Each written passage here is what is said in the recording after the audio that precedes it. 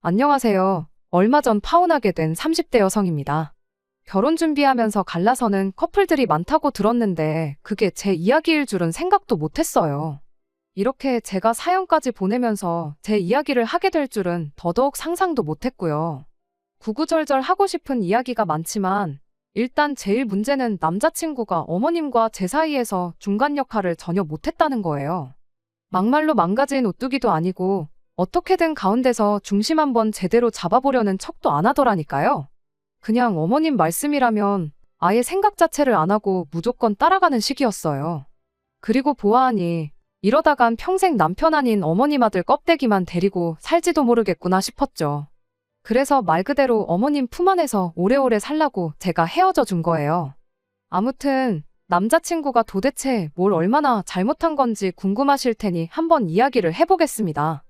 일단 결혼 이야기가 오가던 당시 양가영 편이라던가 연애 중에는 선뜻 얘기하기 어려운 부분을 오픈하게 되었어요.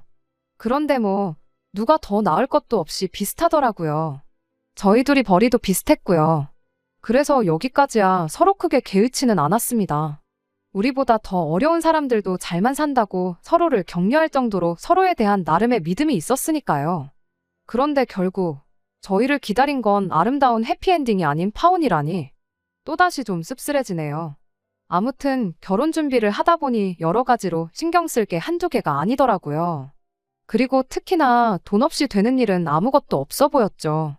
그래서 어떻게든 조금이나마 아껴보려고 발품 손품 팔아가며 정신없이 하루하루를 보냈습니다. 그리고 그러던 와중 남자친구 어머님과 같이 식사를 하게 됐던 날이었어요. 결혼 준비는 어떻게 해나가고 있는지 뭐 그런 대화가 오갔는데 어머님께서 요즘 집을 알아보고 계신다셨습니다. 그러니까 남자친구가 먼저 그게 무슨 말씀이시냐고, 무슨 집을 알아보고 계시냐고 묻더라고요. 그리고 어머님께선 니들 살 집이지 무슨 집이겠냐며 대수롭지 않다는 듯 대꾸하셨지요. 깜짝 놀랐어요. 왜냐하면 남자친구하고는 이미 양가 어른들의 도움 없이 각자가 모은 돈을 합하고 부족한 건 대출받아 결혼식도 치르고 집도 구하기로 했었거든요. 그런데 어머님께서 저희 살 집을 알아보고 계신다 하니 당황스러우면서도 감사하기도 하고 솔직히 좋은 쪽으로 마음이 심란하더라고요. 그리고 남자친구를 보니까 남자친구도 전혀 몰랐던 것 같고 그래서인지 저만큼이나 당황한 눈치였지요. 이후로 식사 내내 분위기는 화기애애 그 자체였습니다. 구해주시는 집이 어떤 집이건 간에 감사한 마음으로 살겠다는 인사도 몇 번이나 드렸네요. 그리고 집으로 돌아와 부모님께 남자친구 어머님이 하신 말씀을 전하니 두 분 다 무척이나 기뻐하시면서 그럼 우리도 너를 빈손으로 보낼 수는 없지 않냐며 5천만 원을 해주시겠다 하셨습니다. 그 정도면 혼수를 채우던지 집을 고치는 데 쓰던지 아니면 차를 한 대 뽑을 수도 있지 않겠냐 하시면서요.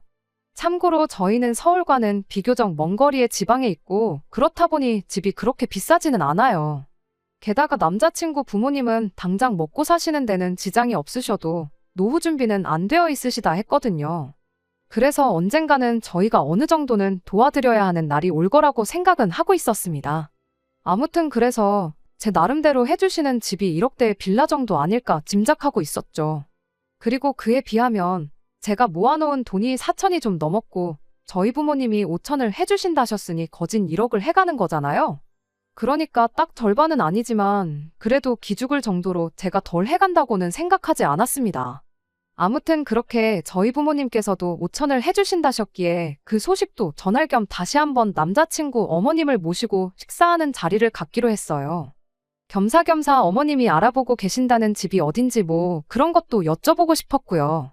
그리고 어떻게 들릴지는 모르겠지만 제가 비록 어머님이 해주시는 집에 직접적으로 돈을 보태는 건 아니어도 어쨌든 저도 제법 큰 돈을 가지고 시집을 가는 거잖아요. 그러니까 어느 정도는 신혼집에 관해서라면 제 의견을 낼 수도 있지 않을까 싶었어요. 그렇다고 제가 고집을 부리겠다던가 뭐 그런 건 절대 아니었습니다.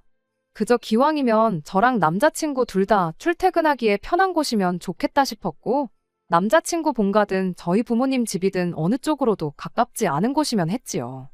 화기애애한 분위기 속에서 그간 어떻게 지냈는지 뭐 가벼운 안부를 주고받으며 대화가 오갔어요.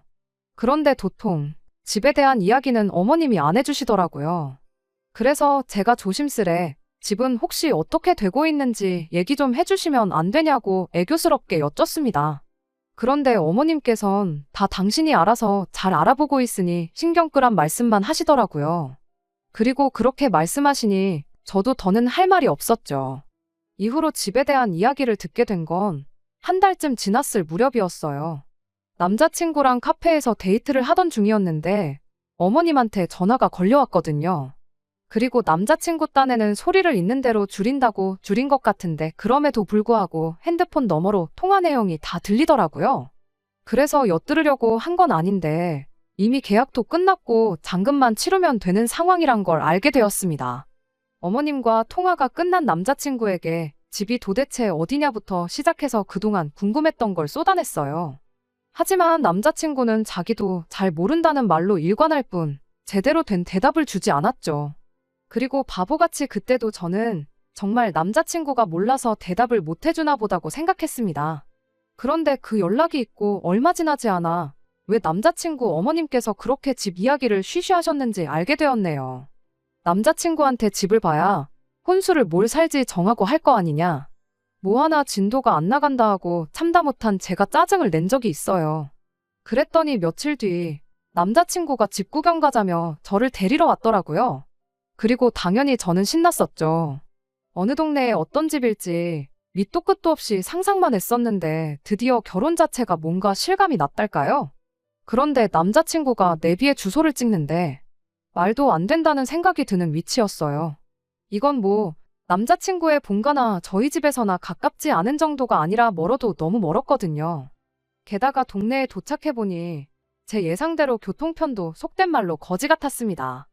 원래 아파트를 중심으로 상권이 형성될 예정이었는데 회사가 부도가 났다나. 아무튼 그래서 뉴스에도 나오고 제법 떠들썩했던 동네였거든요. 그러니 당연히 대중교통도 제대로 마련되어 있지 않았고 그렇다 보니 출퇴근을 하려면 걸어서 20분은 나와야 그나마 버스를 탈 수 있는 상황이었죠. 그뿐인가요? 그 버스를 타고 바로 회사에 갈 수나 있으면 몰라요. 문제는 그 버스를 타고도 2번을 더 갈아타야만 했습니다. 정말이지 눈앞이 캄캄한 게 이직을 해야 하나 하는 생각까지 들었다니까요. 게다가 차는 한 대뿐이니 남자친구든 저든 둘 중에 한 명은 무조건 대중교통을 타야 하는데 애시당초 차는 남자친구 차였으니 빼도 박도 못하고 제가 그 개고생을 떠안게 생겼던 거죠. 하지만 더 황당한 게 남아있었으니 바로 집 그 자체였습니다. 저희 둘이 사는 신혼집이니 24평 정도면 충분하다고 생각했어요. 실제로 남자친구랑도 그렇게 하기로 했었고요. 그런데 어째선지 어머님이 해주시는 집은 단지 내에서 제일 큰 34평짜리 아파트였습니다. 시세로 2억 7천. 서울 집값에 비하면 귀여운 수준이겠지만 저한테는 너무나 크게 느껴졌지요. 남자친구한테 어머님 아버님 2분 다 노후 준비도 안 되어 있으시다며 이런 집을 우리한테 해주셔도 되는 거냐고 물었습니다. 대출받아서 해주신 거면 앞으로 상환은 어떻게 하실 거지? 하면서요. 솔직히 저희가 당장 아이를 가질 것도 아니고 그러니 굳이 빚을 내가면서까지 큰 집을 살 필요는 없다고 생각했어요. 게다가 아파트는 관리비도 많이 나오잖아요. 그러니 아무리 생각해봐도 이건 아니다 싶었습니다. 해주시는 남자친구 부모님껜 감사한 마음이었지만 차라리 저희가 출퇴근하기 좋은 곳에 더 작은 평수 빌라를 구해주셨으면 어땠을까 하는 아쉬움이 들었죠. 그래서 남자친구에게 어머님 좀 뵙고 가자고 했더니 영 내켜하질 않더라고요. 하지만 제가 밀어붙여서 결국 남자친구 본가에 들렸습니다. 어머님이 연락도 없이 무슨 일이냐시길래 방금 집 보고 오는 길이라고 했어요. 그랬더니 어머님이 활짝 웃으시며 어때 좋지 하시는데 웃는 얼굴에 침 못 뱉는다고 순간 어떡하나 싶대요. 하지만이네 그래도 아닌 건 아닌 거지 싶어서 어머님께 그렇지 않아도 집에 대해서 할 이야기가 있어서 찾아왔다 했습니다. 그리고는 솔직히 말씀을 드렸어요. 집은 좋지만 저희 둘한테는 너무 과한 것 같다고 계약금을 얼마나 내셨는진 모르겠지만 집주인하고 다시 한번 이야기를 해보시면 안 되겠냐고요. 그리고 저희는 제가 예전에 말씀드렸던 그 14평 빌라면 충분할 것 같다 했습니다. 그랬더니 어머님께선 그 빌라는 너무 작다며 거기서 어떻게 내 식구가 사냐고 하시대요. 그리고 저는 순간 어머님께서 대충 저희가 앞으로 둘은 낳을 거라는 전제에 하시는 말씀인 줄 알았는데 그게 아니었어요. 저희가 결혼하면 어머님 아버님이 저희랑 사실 거란 뜻이었지요. 어이가 없어서 그럼 처음에 집 얘기가 나왔을 때부터 집을 해주는 대신 모시고 살아야 된다고 말씀을 해주셨어야 하는 거 아니냐 하고 저도 모르게 따지듯 여쭙습니다. 그랬더니 어머님께선 저보다 더 황당하단 표정을 하시고는 자식이 부모를 모시고 사는 건 당연한 건데 그걸 꼭 말을 해야 하냐는 거예요. 그리고는 오히려 저더러 너는 그럼 내가 너희한테 집을 왜 사준다고 생각했냐는데 할 말이 없었죠. 그리고 말문이 막혀 아무 말도 못하는 저를 보시고는 어머님은 한층 더 당당해지신 목소리로 큰 방은 어머님 아버님이 쓰실 거고 작은 방 하나는 저희가 쓰랍니다. 그리고 방 하나 남는 건 나중에 저희가 애 낳으면 걔가 쓰면 되지 않겠냐며 얼마나 좋냐는데 한마디로 어머님 나름대로 다 계획이 이미 있으셨던 거죠. 게다가 너무 화가 나서 남자친구를 쳐다봤는데 저랑 눈이 마주치자 쓱 피하는 게 아니겠어요? 그리고 그런 모습까지 보고 나니 저 대신 제 입장을 헤아려 줄 사람은 여기 지금 한 명도 없구나. 딱 그 생각이 들더라고요.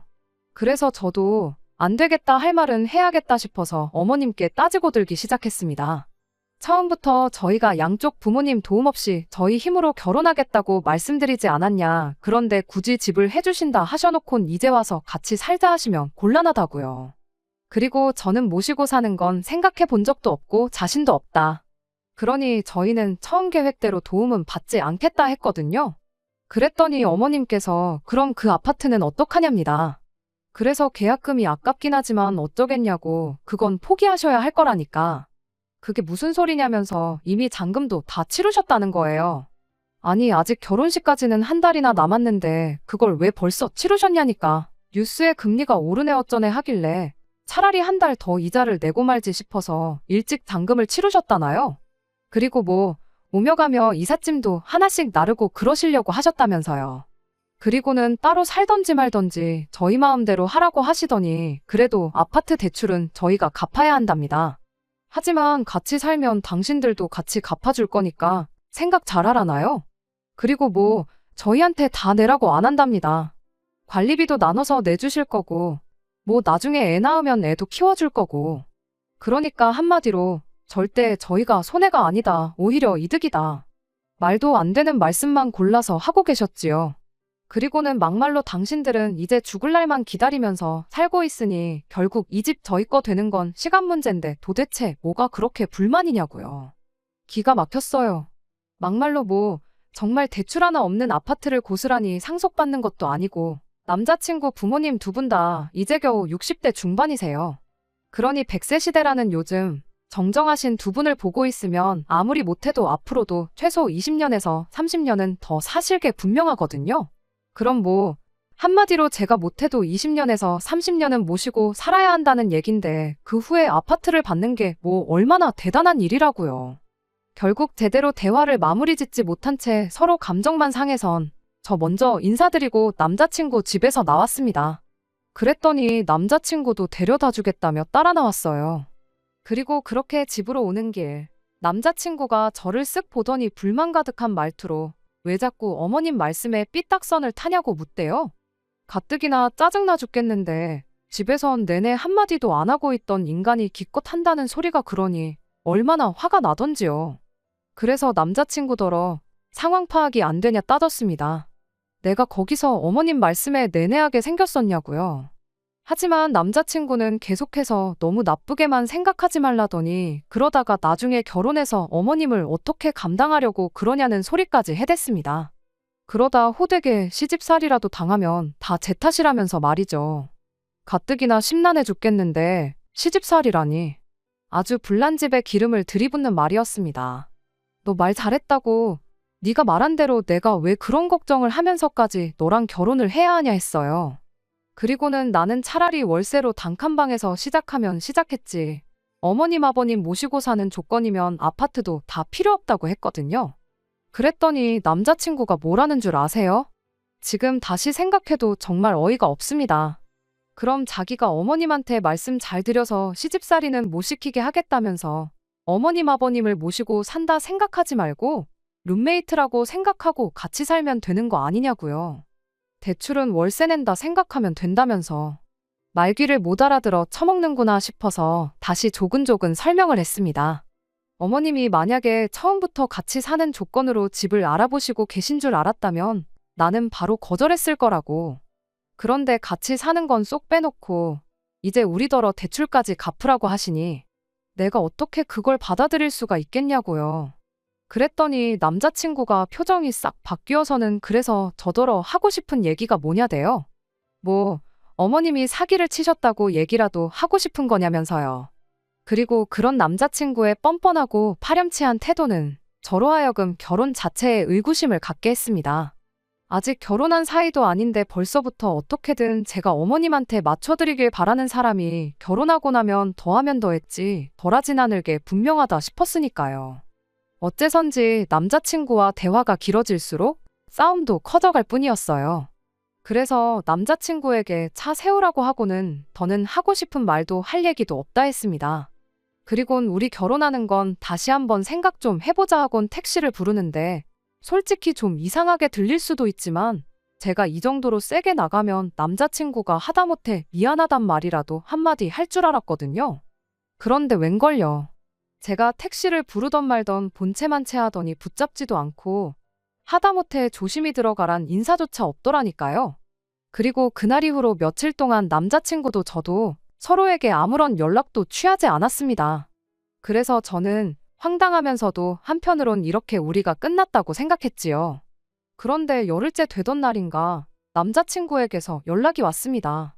그리고 솔직히 저는 좀 당황스러웠지만 동시에 한편으론 그래도 그때만 하더라도 마음 정리가 다 되지 않았던 상황이었는지 남자친구가 사과라도 하려고 연락을 해왔나 하는 생각을 했었죠. 하지만 그건 완전한 착각이었습니다. 결혼식장 계약을 앞두고 뷔페 시식을 잡아둔 게 있었는데 남자친구가 그 얘기를 하면서 몇 시에 만날 거냐 물었거든요. 그것도 정말 아무렇지 않은 목소리로 말이에요. 기가 막혀서 그냥 끊어버렸습니다. 그리고는 그때부턴 정말 전화고 문자고 싹 다 무시하기 시작했지요. 그랬더니 그제서야 남자친구가 저희 집 앞에 찾아왔어요. 다만 제가 자기 연락처를 싹 다 차단했다는 걸 눈치라도 챘는지 경비실에 부탁해서 인터폰으로 연락을 해왔더라고요. 그리고 이때도 저는 또 남자친구가 정말 반성이라도 했나 싶었습니다. 그렇지 않고서야 굳이 저희 집 앞까지 찾아올 이유가 없다고 생각했으니까요. 경비실 앞으로 나가니 마음고생이라도 한 건지 한층 헬쓱해진 남자친구가 서 있었습니다. 그리고는 아니나 다를까 저를 발견하자마자 저를 붙잡더니 자기가 정말 생각을 많이 해봤는데 제가 죽어도 어머님 아버님을 모시고는 못 산다고 하니 자기가 양보하기로 결심했다나요? 솔직히 양보라는 단어부터가 심기에 거슬렸지만 그래도 사과를 하러 왔다는데 거기다 대고 딴지를 걸긴 좀 그렇더라고요. 그래서 아무 말 없이 듣고만 있었습니다. 그랬더니 남자친구는 제가 뭐 감동이라도 했다고 오해를 한 건지 정말 얼토당토하는 이야기를 이어나갔지요.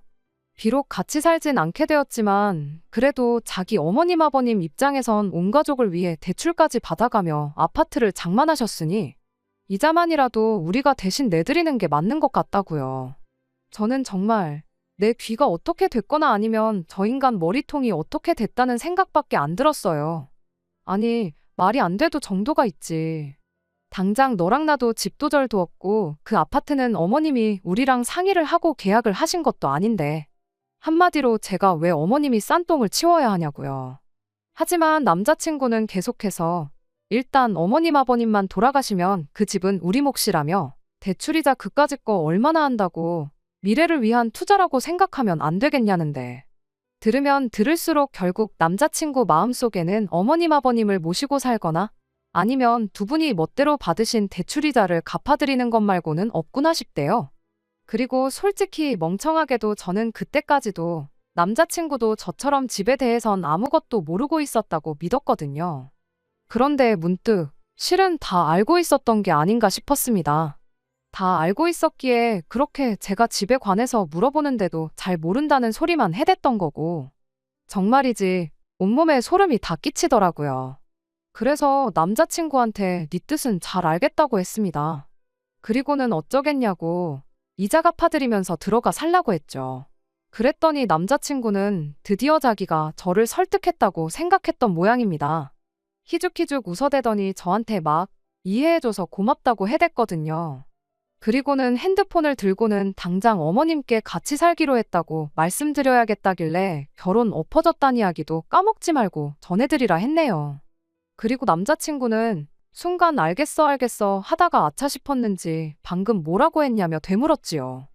그래서 물어보니까 한 번 더 말해주겠다. 나는 더는 너랑 결혼하고 싶은 마음이 없다 했습니다. 그리고는 그러니까 두 번 다시 내 근처엔 얼씬도 하지 말라고 했죠. 그러자 좀 전까지 희죽거리던 얼굴은 온데간데 없이 남자친구는 벙찐 표정으로 저만 바라보고 있었어요. 하지만 그 표정은 절박하기보다는 뭐랄까, 이 상황을 어떻게 하면 모면할 수 있을지 한마디로 잔머리를 굴리느라 바빠 보였죠. 아마 제가 파혼 이야기를 꺼낼 거라곤 상상도 못했던 모양이에요. 그런데 그렇게 몇 분이나 흘렀나. 남자친구가 보인 행동은 뜻밖이었습니다. 지 엄마한테 전화를 걸었거든요. 그리고 기가 막혀 그 모습을 보고 있는데 남자친구가 대뜸 지 엄마가 저한테 할 말이 있다고 한다며 핸드폰을 건네주대요. 그래서 무슨 소리를 하나 들어나 보자 싶어서 받아들었습니다. 그리고 저는 그래도 마음 한켠으론 어머님이 저한테 사과라도 하려고 그러시나? 아니면 당신 아들하고 헤어지지 말란 얘기를 하려고 그러시나? 뭐 그런 생각을 하고 있었는데 제 예상과는 달리 어머님께선 그저 한숨만 푹푹 내쉬시며 저한테 왜 이렇게 계산을 못하니? 왜 아무리 설명해줘도 이해를 못하니? 그런 말씀뿐이셨어요. 자기들 죽고 나면 그 집은 저희 몫인데 왜 그건 생각을 못하냐고요. 듣는데 정말 지긋지긋해서. 그리고 막말로 저는 어쨌든 남자친구에게 이별을 고했으니 이제 남자친구 어머님도 더는 어머님이 아니지 않나 하는 생각이 들대요. 그래서 더는 참아야 할 이유도 없겠다 싶어 예전부터 하고 싶던 그 말을 내뱉었습니다. 어머님 뭐 죽을 날 받아놓고 살고 계시냐?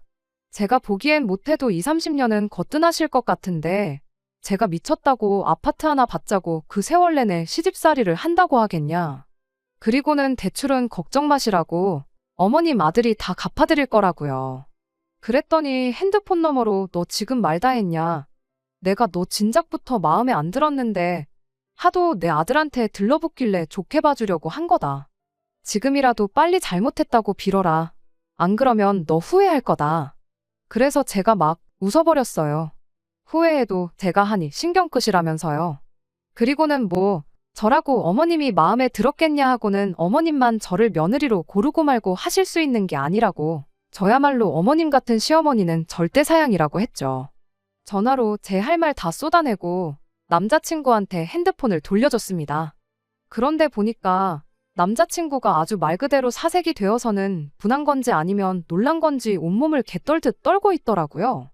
그리고 그런 남자친구의 모습을 보니 제가 정말 제대로 어머님한테 쏟아냈구나 싶어서 어찌나 후련하던지요.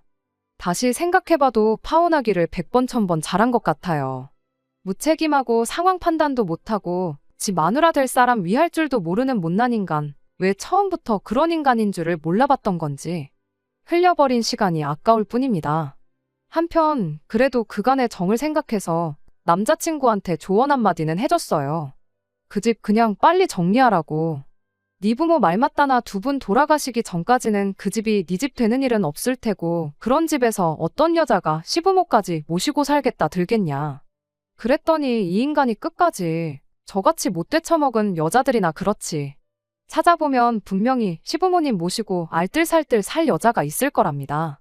그러면서 저더러 잘난 척하지 말고 심보나 곱게 쓰라는데 그래 뭐 알겠다고 했어요. 막말로 저는 할 만큼 했다 싶었고 이제 남자친구가 어떻게 살게 되든 제 알 바는 아니다 싶었으니까요. 그리고 듣자 하니 남자친구가 기어이 제 조언은 개나 줘버렸는지 어머님 아버님하고 같이 그 아파트에서 살기로 했다대요. 꼭 똥인지 된장인지 먹어봐야 아는 건지. 아무튼 뭐 이젠 저랑 아무 상관도 없으니까요. 사는 게 힘들다는 죽는 소리 앓는 소리나 언젠가 한번 들을 수 있으면 좋을 것 같네요. 끝까지 들어주셔서 감사합니다. 오늘의 사연은 여기까지입니다. 구독과 좋아요, 알람 설정 부탁드리고 더 좋은 사연으로 다시 찾아뵙겠습니다. 감사합니다.